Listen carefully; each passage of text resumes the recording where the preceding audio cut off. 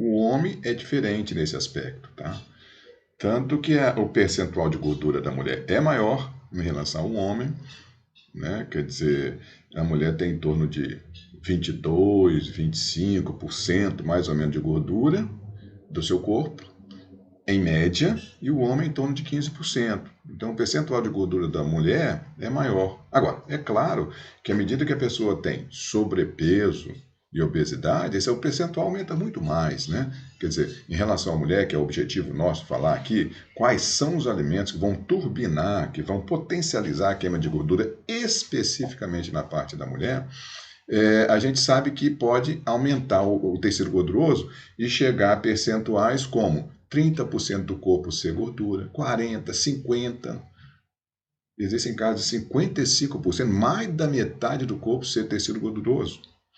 Então, existe todos esses percentuais, dependendo do grau de peso que a pessoa tem.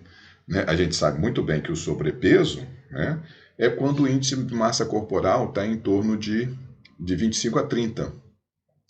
E a gente sabe que o índice de massa corporal é peso sobre o quadrado da altura. Então, esses percentuais dizem que quando tiver entre 25 e 30, está no sobrepeso. Acima de 30 é sempre obesidade. Aí tem obesidade grau 1, 2, 3.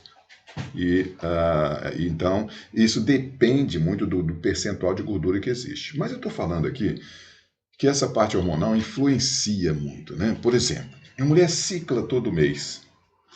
A mulher tem a possibilidade de ter TPM. A mulher tem a menstrua todo mês.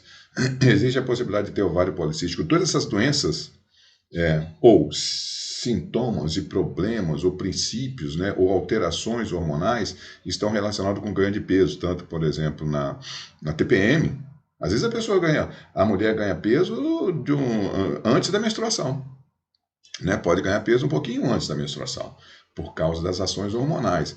Está estabelecido que, por exemplo, o estrogênio, a produção de estrogênio, tem a função assim, de diminuir um pouquinho o apetite, enquanto que a progesterona, pelo contrário, dá vontade de comer mais alimentos. Então, quando a mulher tem assim, um perfil de maior quantidade de progesterona em relação ao estrogênio, ela tem um perfil de ganho de peso.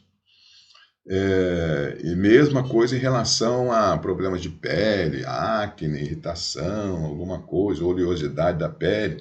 Então, a pessoa que tem menos estrogênio e tem mais progesterona, tem mais esse perfil de pele. Já a pessoa que tem mais estrogênio em relação à progesterona, pelo contrário, a pele é mais lisa, não tem muito esse problema de acne, nem a pele muito gordurosa, nada disso. Então, existe sempre, né, entre a própria mulher, essa diferença, tá bom? Então, essas pessoas que têm, as mulheres que têm essa tendência de redução do estrogênio, estão mais propensas a ganho de peso. Tá? Isso é uma média, mais ou menos. Tanto que isso é verdade, que quando vai chegando o período da perimenopausa, da pré-menopausa, lá pelos 40 e alguma coisa, né, vai tendendo a diminuir a produção de estrogênio. Então, por isso que quando chega no período da menopausa, o aumento da incidência de sobrepeso ou de obesidade na mulher aumenta muito mais. É como se abrisse uma porteira assim para ganho de tecido gorduroso. Por quê? Nessa fase da pós-menopausa, a mulher já não tem mais o estrogênio. Ou tem quantidades muito reduzidas. E isso favorece a ação de outros hormônios, né? Principalmente a testosterona, que fica mais predominante nessas mulheres. Apesar da testosterona baixar um pouquinho também no período da pós-menopausa, mas ela fica assim, em uma quantidade maior em relação ao estrogênio, que fica lá embaixo, porque nesse período a produção de estrogênio é mínima ou quase não faz, né? Por isso que os ovários diminuem de tamanho e tal. E é essa fase que há uma tendência maior de ganho de peso, de tecido gorduroso, síndrome metabólica, essas coisas todas. Então, porque existe essa diferenciação, né, principalmente da parte hormonal, a gente tem que tratar de uma maneira diferente. A mulher é mais difícil perder peso, porque existe mais uma tendência genética da mulher ter um pouco mais de tecido gorduroso, como eu falei no início da nossa conversa aqui. Então, por isso que as estratégias em relação à perda de peso ou focar na perda de peso da mulher tem uma diferença em relação ao homem. Tá? A focagem é diferente. Então, eu falei aqui para vocês anteriormente, né, em outras conversas que nós tivemos, que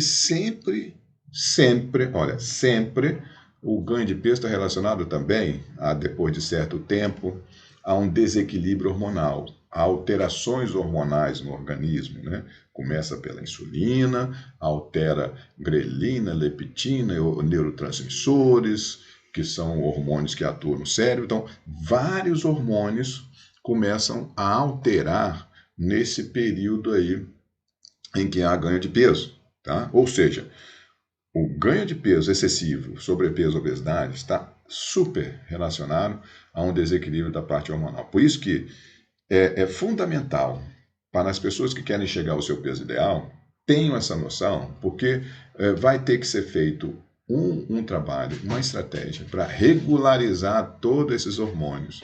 Porque se a pessoa perde o peso e esses hormônios não são regularizados, volta novamente o peso naquele efeito sanfona. O efeito sanfona se dá porque a pessoa emagreceu, mas não corrigiu as taxas hormonais, como eu falei para você, do organismo.